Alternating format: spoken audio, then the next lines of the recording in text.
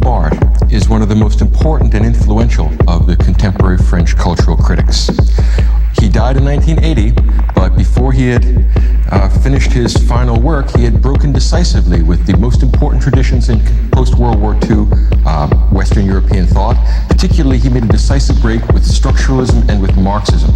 And the result of his investigations, which are organized around the theme of semiotics, the theory of signs, served to drive the tendency of contemporary French culture, and perhaps to some degree the tendency of contemporary high culture throughout the West, towards post-structuralism and postmodernism.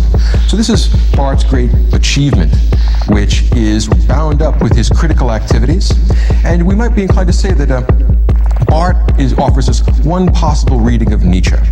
In fact, Barthes' reading of Nietzsche, which emphasizes aesthetics, which emphasizes a critical stance, which emphasizes the outsider status of the critic, actually transforms the critic into a creative artist. And in the process of expanding the domain of the critic and expanding the creativity of the critic, creates a new sort of art form, or if not a new sort of art form, a new approach to human creativity, which allows for the questioning of all previously established verities and allows for the undermining and interrogation of what postmodernists call foundational discourses. Now, because Barthes was a French intellectual who was simultaneously Protestant, homosexual, and without a terminal degree — he had become ill when he was supposed to stand for his final examinations — he was very much an outsider in the French Academy. He was everything that most French intellectuals are not. And for that reason, I think that there were personal issues which tended to drive his demythologizing project, which made him more sensitive to the hidden coercions, to the hidden hypocrisies in the contemporary state of French intellectual culture, but also particularly French mass culture. Barthes is remarkable for his very sensitive and very intelligent readings of mass culture and the artifacts of mass culture. What he does is use semiotics, which I'll explain in a bit, to try and decode the artifacts of mass culture, to discern what hidden messages are being generated in these cultural artifacts, and who it is that's generating these messages, for what purposes, usually coercive, of course, because he at least starts out in the Marxist tradition, and ultimately the point, or at least initially his point of demythologizing, of finding the hidden meanings caught within the artifacts of mass culture, was to liberate us from the tyranny of mass-produced consciousness.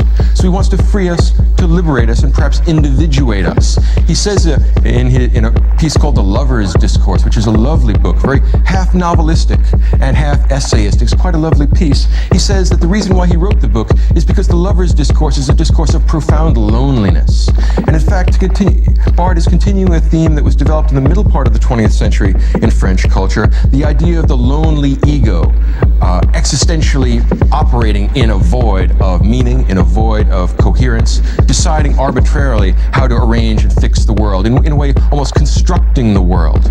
So Barthes, like many French intellectuals, is retreating into interiority, is retreating away from the external world and trying to suggest that the external world is constructed by us, not given to us. All right, if you can see, this is in some ways a direct derivation from the Kantian project of showing that we actively construct the external world. But it's much more radical than Kant's project, because what Barthes is going to argue is ultimately that we construct not just the world of signs, the area of society, the domain of history, also ultimately nature is a social and linguistic construct. So in a way, you could say that he's formulating a sort of Cartesian aesthetics in which the lonely ego confronts a completely indeterminate world, and the project is then interesting, creative, pleasurable world-making. So what Barthes is doing is liberating the critic, liberating the ego, and liberating the self from preconceived identities and from arbitrary and spurious limitations on human activity. You might want to say that Barthes created a poetic protest against human limitations, and it's in the form of a demythologizing myth.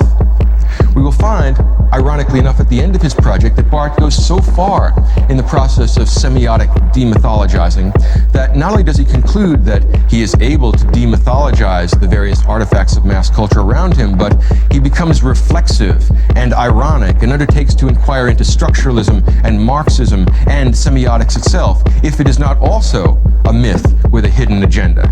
And so what we end up with is the demythologizer ends up demythologizing demythology. And what you end up with then is a sort of meta-myth, an ironic assertion that instead of unmasking reality so that we can see the true face, the substantial reality beneath, we are going to unmask reality and find beneath it it's just another mask. And then it turns out to be masks all the way down. There's no face underneath it. There is no substantial reality. So what Barthes is doing is withdrawing into interiority, to a very carefully and thoroughly cultivated self. And Barthes is, I would say, the great philosophical exponent of pleasure and the pleasure principle in contemporary thought. The sort of person that moves away from the external world, tries to render it dubious, contingent, arbitrary, and dependent upon construction by the self, is the sort of person that feels oppressed by the external world and would like to remove all those limitations. I would be tempted to say that Barthes' work in some respects represents the triumph of the pleasure principle over the reality principle. He withdraws into his mind the way the Epicurean does withdraw into his pleasure garden. And that's the reason why one of his finest and latest works is called The Pleasures of the Text. What he has done by liberating us from authority and from the author and from any preconceived, predetermined meaning within a text is to say that we as critics, as careful readers of the text, have completely free play. Our domain is one of complete power and complete control. By withdrawing any meaning, by killing off the author and saying all we have is the text, it makes the critic like a creative artist. Now, the best book to start out with, and if you're going to read Barthes, and I personally have really enjoyed reading Barthes because he's such a wit. He has a very morbid, sarcastic wit, and he's somewhat like Oscar Wilde in the sense that it's a kind of exercise in sarcasm which is very, very arch and carefully drawn. The strong point of French culture or high culture has always been its powerful connection between philosophy and poetry. Well, their philosophical thinkers, for the most part, are closely allied to poetic expression, poetic considerations, aesthetic considerations, and Barthes, I think, is one of the extreme examples of that tendency.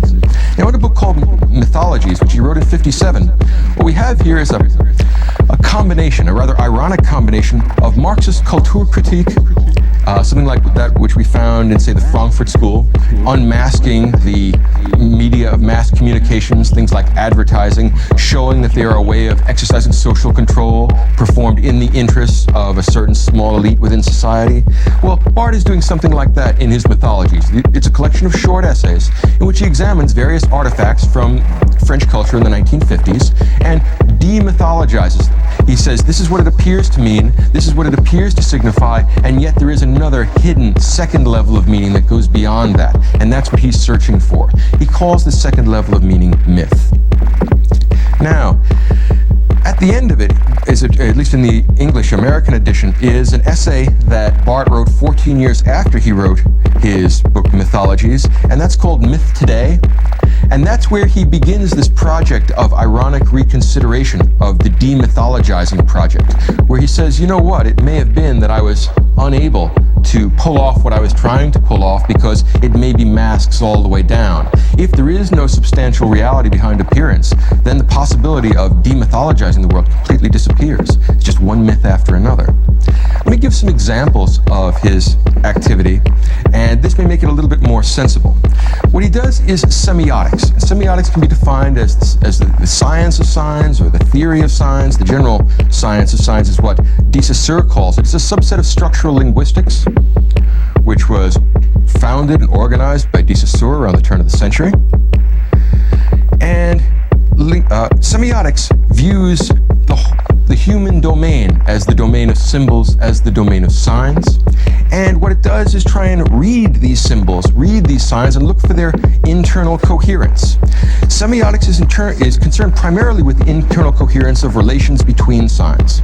The relation between signs and the world is not mimetic, in the sense that it doesn't represent the world. Rather, the relationship between signs is semiotic. In other words, internal coherence of the system of symbols is what we're talking about, not the correspondence between the content of the symbols and the world. It corresponds to a shift in the conception of truth. Semiotics holds to the idea of a coherence conception of truth. If the symbol set is coherent, it's very much similar to what Rorty believes. If the symbol set is coherent, well, then there's nothing to judge it by. We can't judge it by whether it reflects the world, because it is assumed at the outset that systems of symbols do not mimic the world, that mimesis is impossible. Rather, their truth is to be found in the internal coherence of the systems. Think about something like non-Euclidean geometry. We look around for an application of it, and there aren't very many. Perhaps there are none. Well, that may mean that non-Euclidean geometry fails if our standard is correspondence to the world. But if our understanding of truth is coherence, well, then it's perfectly satisfactory. It's just as true as something like Euclidean geometry. Well, Barthes is adopting a set of assumptions roughly like that. Now, let me give some examples of this, make it a little more sensible. Examples of semiotic systems are something like psychoanalysis or Marxism, right? Linguistic systems that are separate and incommensurable, right? And in addition, things like clothing, the kind of clothes you wear, that's a semiotic system. Right? Mass culture, things like advertising or MTV, an extremely powerful semiotic system. All right? Let me give you some examples of how something like this would work. All right? And you'll realize that you've been doing semiotic analysis all your life. A sailor gets off a ship, comes into port. Two women come up and say, "Hi, sailor." One of them is wearing a long black dress and has a crucifix around her neck, and she's a nun. And she says to the sailor, "Hello, sailor, hi." And what she's doing is saying hello to the sailor. Another woman comes out, she's dressed in red satin hot pants, right, and a see-through blouse, says, "Hi, sailor." Now, clearly, that person is a prostitute, not a nun, and clearly, "Hi, sailor" means something very different in that semiotic system. The point being that the way she is dressed is a text that the sailor is reading, which is why he knows how not to proposition the nun. Doesn't that make sense? And we're doing it all the time. Barthes wrote a wonderful book called The System of Fashion, in which he analyzes ladies' fashion, and he treats it as a semiotic system. And he's right, it is a system of science. It's a remarkable idea.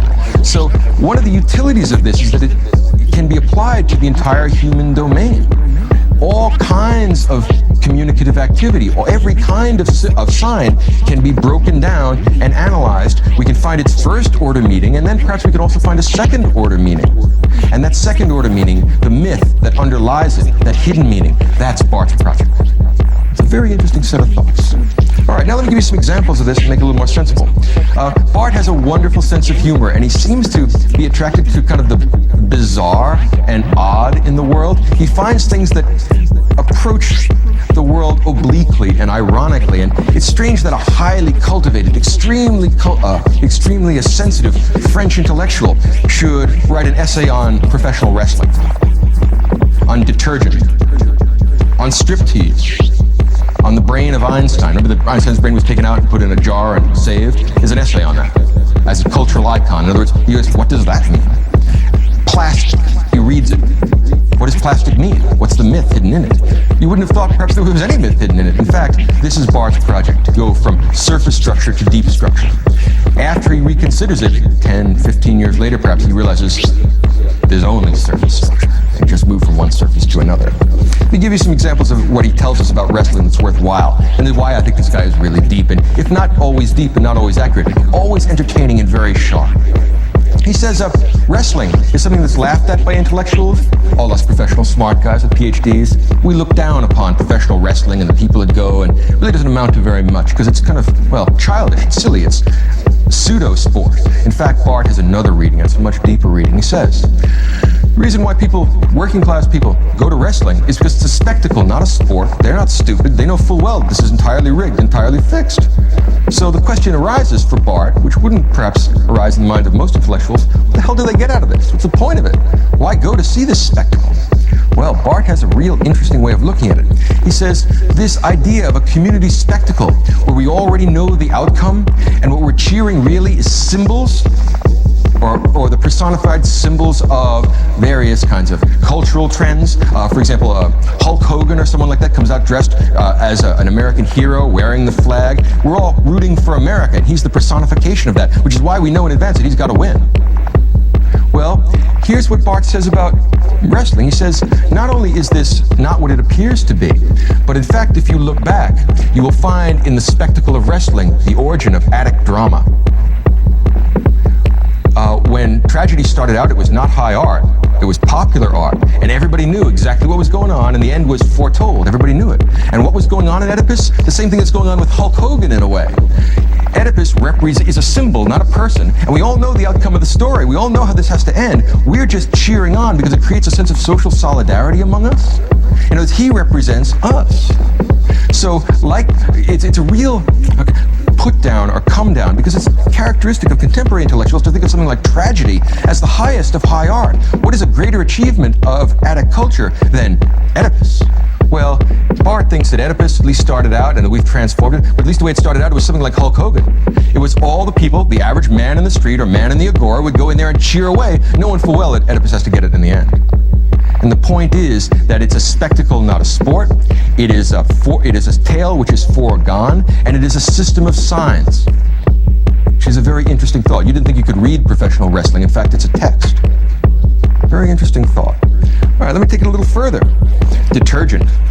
This is a very interesting thing. And it's very funny because somehow I can't imagine Barthes covering something like, he was do something rather journalistic, the World Congress of Detergents in 1954. So apparently all the detergent manufacturers got together in France, in Paris, which seems like an unlikely place to hold a detergent convention. And they had all kinds of advertisements for the various kinds of detergents. And what he did was he actually looked at the advertisements as a text and read them. And he said, what is this telling us? For example, when we find out that Lux deep cleans linen, what does that tell us? Well, first of all, it tells you that linen is deep. Who would have thought that? What does it mean for linen to be deep? Very odd stuff. And he elaborates the carefully constructed distinctions that are being created between roughly equivalent identical products. One is green, the other is blue. Chemically, they may be completely identical. We've changed the food coloring, completely different advertising campaign connected to them. One is appealing to, I don't know, the man of the house, because it shows a guy lumberjacking and then washing his hands with the blue stuff. Blue is masculine. If you got pink stuff and a woman is doing dishes, pink is feminine. Chemically, it may be completely identical. But what we are doing here is constructing a contemporary myth. And what Barthes is saying is that myth has become a commodity, and commodities have become myths. In a way, it's a change in the old Marxist formula, CMC, from Capital, Volume 1, commodity, money, commodity. What Barthes is saying that we have is consumer goods, and then mythology, and then more consumer goods. And the consumer goods serve the purpose in this function, in this culture, that used to be served by the transcendence of religious objects. In other words, we fetishize consumer goods, which is why we bow down and worship this year's new Cadillac. And there's a drum roll before we bring it out. Why? Because it is a new kind of icon of contemporary life, of ease, of luxury. I mean, imagine a Cadillac commercial. What you see is Cadillac style, right? What this means is Cadillac style. What is the myth implicit there? Rich people, happy people, people who have good lives have Cadillacs. To have a Cadillac is to have a good life. Cadillac means good life. Right? There are myths being constructed, and our new mythologizers are not Homer, are not Shakespeare, they are admin. It's a real deep and caustic argument. Now, he investigates striptease, and he finds out, or he draws the inference that the process of striptease desexualizes woman. Why? Because it never goes the entire way. It never turns into sex. It's an elaborate ritual in which we get a sort of catharsis for men's sex drives, who are the vast majority of the people who make up the audience. And it is a sort of ritual. It is entirely stereotyped. You could almost construct a formula for it. And what he says is this is just the construction of the myth of woman, and in particular, the idea that sexuality is incomplete in this sort of ritual. He moves to the brain of Einstein, which is a wonderful little essay. And what he says is what the myth underlying that is that knowledge is a formula. We have knowledge in a box here. Einstein's brain, somehow inside that knowledge is enclosed within space. See, we have Einstein's brain. Someday we're going to know exactly what makes this knowledge and exactly what makes it such a great brain. But for now, we're just keeping it in a box. Knowledge is in a box. It's the opposite of a postmodern icon. Einstein's brain. Destroy the brain and break the box. That's postmodernism. Right. And finally, plastic. Who would have thought you could read plastic? It's a perverse idea. Well, Barthes reads plastic, and what he finds underneath the plastic image is the myth of infinite transformation. You can turn plastic into anything. You can change its color, you can change its shape, you can make it do all kinds of stuff. Plastic is the ultimate postmodern substance. Plastic is infinite freedom, infinite transformation. Plastic in both its adjectival and noun senses. Okay, now let's think about myth, in particular that essay on myth today. What happens in myth, and the reason why myth is misleading, is because myth dissolves the realm of history by making it appear as nature. It makes the world appear natural and given.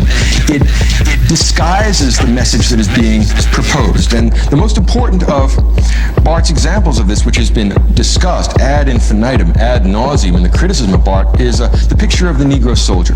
Here's the idea. He's looking at some French magazine, and what he sees in the mid-50s is the picture of a Negro soldier saluting the French tricolor. And apparently he's dressed in a military uniform, and the idea is that on the first level of relation between the sign and the thing signified, let's examine that photograph.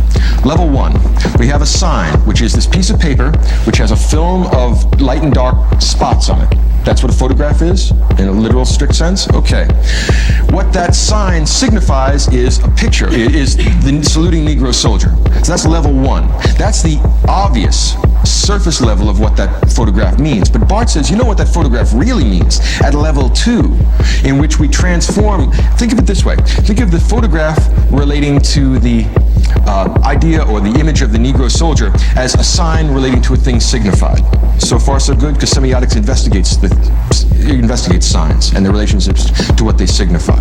Now, let's take that image of the Negro soldier and put it back in the first place and turn that into a sign itself, and then have that signify some second order thing. So we're bootstrapping ourselves up into a new level of meaning. And what Barthes says is obvious about this photo is that it's an apology for French colonialism. He's saying, despite the fact that the French colonial empire is breaking down, despite the fact that we have considerable move against colonialism and that there's a considerable racist element and imperialist element in French political life, in fact, there's no problem at all. What us worry? Look at the happy, content, loyal, docile Negro soldier.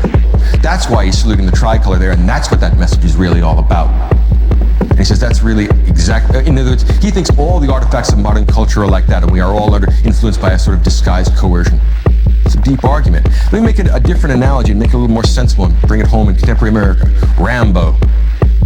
What is Rambo? Well, on one level, it's a series of dots on a movie screen, right? And what it shows is Sylvester Stallone killing 500 people, being the toughest guy around and being invincible. He's something like the modern Achilles. Now, that's the first level. That's the obvious surface meaning. What's the second level, the mythological meaning? The mythological meaning is that America didn't lose the Vietnam War. We won the Vietnam War. It was a strategic retreat, and we're still strategically retreating from it by constructing works of art which say it wasn't really a problem. One American can kill 500 of anybody. We're the toughest people in the world. We never die. We never bleed. We never worry. We always get the job done. In other words, the myth of American invincibility is built into the Rambo movies. I mean, it's impossible to miss. It obviously has ideological, mythic content to it. Now, there may turn out to be, as a matter of fact, I'm pretty sure there will turn out to be a plurality, perhaps an infinite plurality, of possible mythic readings. Remember, once the text becomes completely open, that means you can do whatever you want with it, and you can treat it and read it as being whatever you like because there is no authority behind it. So Barthes, in some ways, gives with one hand and takes away with the other. Right? Offers us one reading, but then points out that this reading is not closed, that there are an infinite number of other possible readings. I might be tempted to say that semiotics is what I would call an open system rather than a closed system. In that respect, it's like Wittgensteinian language games, right? And that means that there are an infinite number of overlapping games that don't necessarily conflict with each other.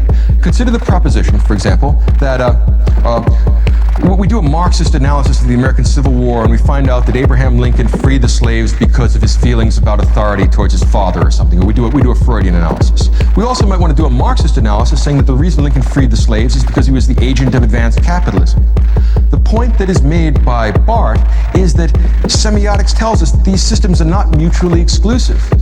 That what you're doing is just describing the same thing under the aegis of two different semiotic systems. In other words, psychoanalysis does not refute the Marxist interpretation of history. The Marxist interpretation does not refute psychoanalysis. They are two incommensurate and mutually exclusive semiotic systems.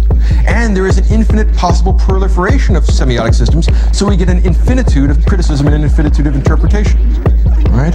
In some ways, you might say that Barthes' project is the inverse of that of Gadamer. Gadamer says we should strive for clarity of interpretation, strive to appropriate and renew our connection to a cultural tradition, because it's a necessity for us, but also what we should strive for is the clarity of our interpretation, transparency of interpretation. Barthes goes exactly the opposite way. He says there is no clarity of interpretation. That's one of the most dangerous myths of all. In fact, once you think that you have clarified to the one final and only interpretation, that is the most ideological kind of self-delusion, self-deception. So what he's done then, with the semiotic breakthrough, is undermine the presuppositions of Marxist and structuralist culture critique. Remember that structuralism thinks that it's discerning the ultimate algebra inside whatever it investigates. And Marxism believes that it is truly unmasking bourgeois ideology to get to the reality of class conflict and exploitation. Barthes' point is that none of these activities are real. They're just substituting one myth for another. You can't get beyond it. All right. Now, let's look at the way he handles myth and what he does with semiotics in this final essay, Myth Today. He calls myth the theft of language because it depoliticizes language. You don't see, or at least initially on first observation, one does not notice that Rambo is an apology for American interventionism. It's an apology for American foreign policy, which has been, for the most part, a failure, at least with regard to Vietnam. Well, his point is that what we want to move to is politicized speech, where it is obvious that there is some agenda behind that sort of a construction. And once we repoliticize it, earlier in his career he thought that we could get to the real substantial truth. Later on, what it turns out is that this mythic demythologizing is in fact the construction of a left-wing myth. In fact, the demythologizer turns out to be the remythologizer. And that means that the critic is in fact the poet. He's a creative artist. And the critic relates to the work of art the way the artist relates to nature, in the sense that, think about Plato's example from the Phaedrus, or Plato's example from the Republic, where he says, an artist looks at a bed and draws a picture of it. And then a poet will look at that and take it a little bit further. We have three levels of reality. We have the ultimate bed in the sky, form of the bed. We have the bed down here, and then we have the artistic reconstruction of it. Well, Barthes wants to add a new level to that. We have the critical reconstruction of the artist's text. It can be a painting, it can be a literary work, it can be anything, but he is just as free in how he interprets it. So now we have a new domain for the artist to work in. Previously, artists have been describing the physical world, the social world. Well, now it is possible for a new sort of critical art to choose as its domain the world of artistic creation itself. It's a sort of, the criticism then becomes a meta-art, right? And then we get the completely free play of the text. Now, here's the idea behind this. What he is looking to do is undermine the authority of the author. He describes this as the death of the author. The author has been abolished. And the reason why he wants to abolish the author and abolish authority is because that's what gives the critic completely free play within the domain of the text. If, for example, a critic offers a reading of a poem or a play, and the author happens to be around, and he says to the critic, well, that's not what I meant, Barthes and that sort of critic, this sort of post-structuralist critic, the semiotic critic, will say, so what? The text is completely free. What you think it means has nothing to do with what it means as far as I'm concerned, and there's no way you can legislate this for me. The mere historical contingent fact that you didn't mean that, it's just not my problem. I got the text and that's all that matters. So we eliminate intentionality and authority from the text. We impose whatever we want on it. You might want to say that what he's done is liberate the connection between the signifier and the thing signified. He says you could have it signify whatever you want. You take a text, you take a sign, and whatever signification you want to attach to it, that's perfectly satisfactory. Do not be constrained by any externalities. Retreat back into your own aesthetic judgment, to your own aesthetic experience, and then the world is completely yours. It's completely the domain of pleasure and your own freedom. Now, what Barthes says is something like this, or the conclusion he ultimately comes to, is that every limitation limitation on human freedom is ultimately a myth. And in fact, clarity, which apparently makes mimesis possible, is one of the most dangerous myths, because in fact, signs, discourse, communication is neither clear nor obscure. Do not create a myth of obscurity either. That's not going to work, right? So in other words, he doesn't want to go either way. He says you can't generalize about it. He doesn't have any satisfactory resolution. He's caught between a rock and a hard place. Towards the end of his essay on myth today, he goes to great length to try and convince us that right-wing politics is more essentially and closely caught up with myths than left-wing politics. But of course, it's so evidently done in bad faith. He's so evidently trying to soft-pedal the mythic element of left-wing politics that when you step back and look at it, what's clearly going on here is the ironic, critical construction of a new meta-myth, which supports the projects he happens to like. He has decided to read the domain of mythology as if it particularly pertained to people and things and tendencies that he disapproves of. Of course, when you go back and read between the lines, what he is trashing the entire proposition that we can demythologize the world. There is no substantial reality. He's retreated back into subjectivity. And you see why I call this a sort of Cartesian aesthetics? It's me, but instead of trying to find out, say, the mathematical structure of the world, he's trying to find out how can I maximize my feelings of pleasure with regard to the text. He says this in so many words, or he comes pretty close to saying it in so many words. The second to last page of Mythologies, Myth Today, he says, "Even here in these mythologies, I have used trickery.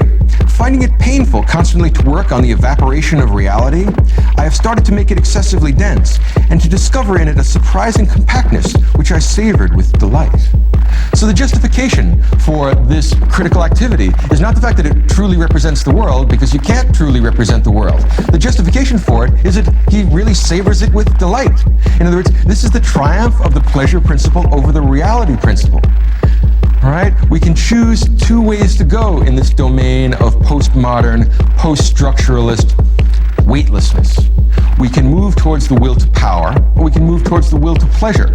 Foucault chooses the first road. He moves towards the will to power and towards political activity. Barthes moves away from political power towards pleasure.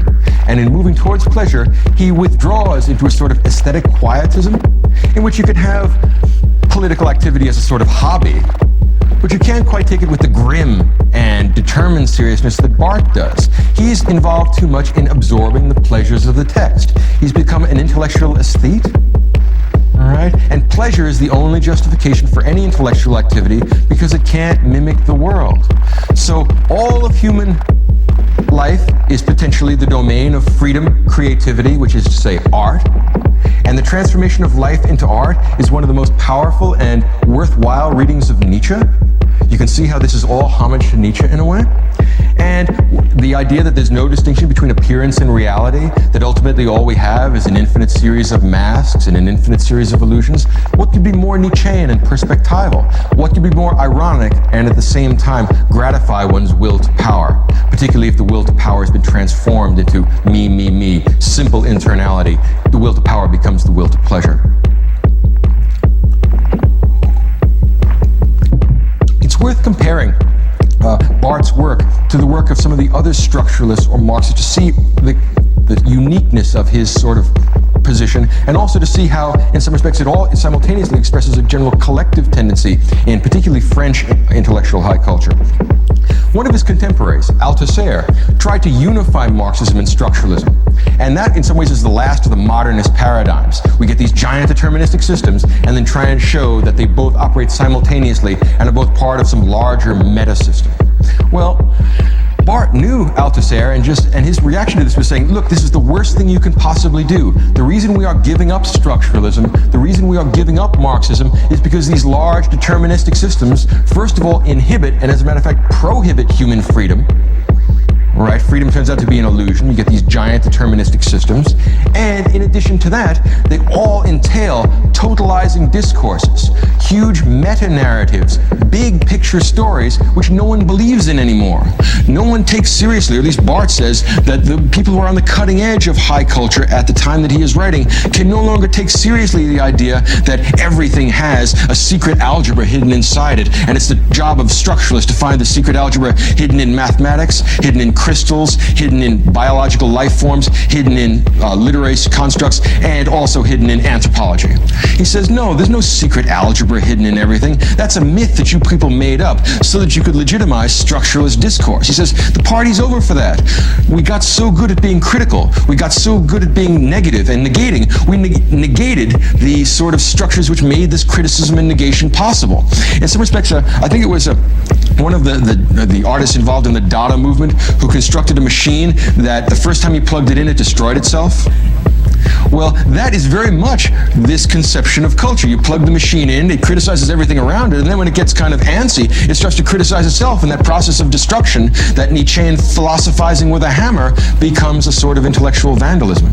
And nothing is left except the ego, but there isn't even a complete self, because when we break down the structures of communication, the structures of knowledge, and the structures of linguistic interaction, which give us some real hold to the external world, it ultimately means that we're moving in the direction of solipsism. Remember why I call this Cartesian aesthetics?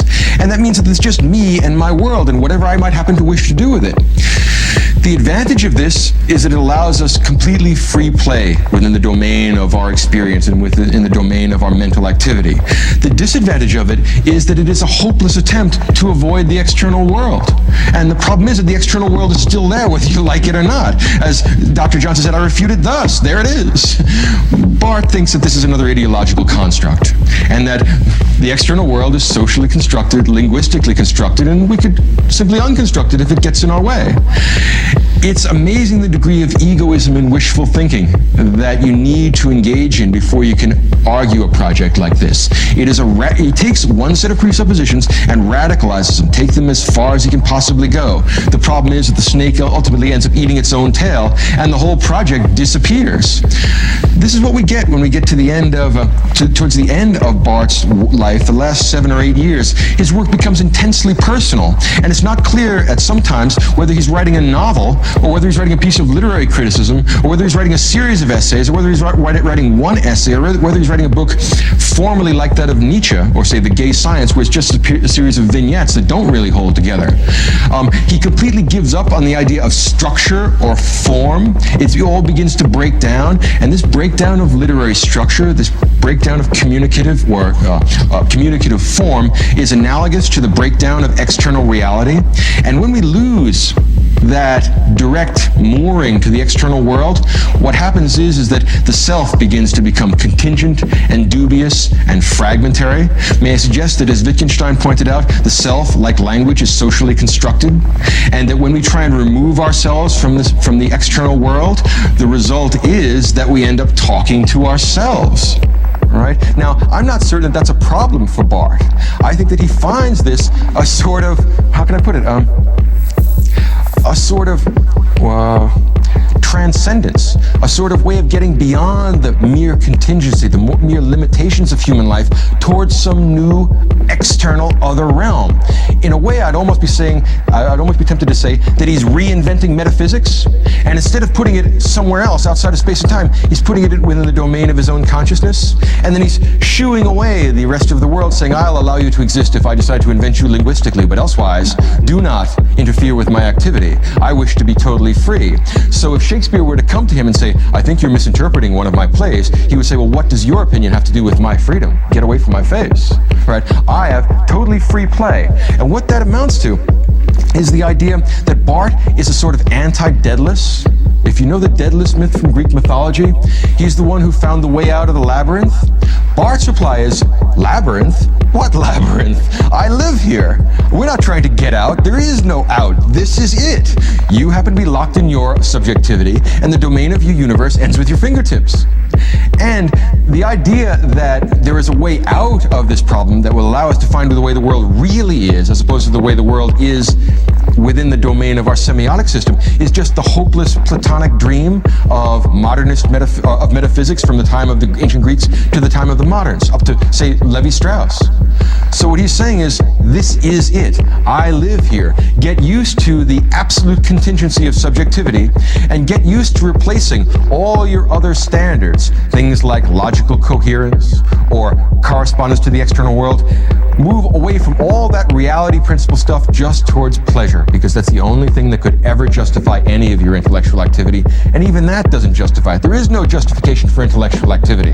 What could we gesture at besides our own semiotic system? And we're locked into that.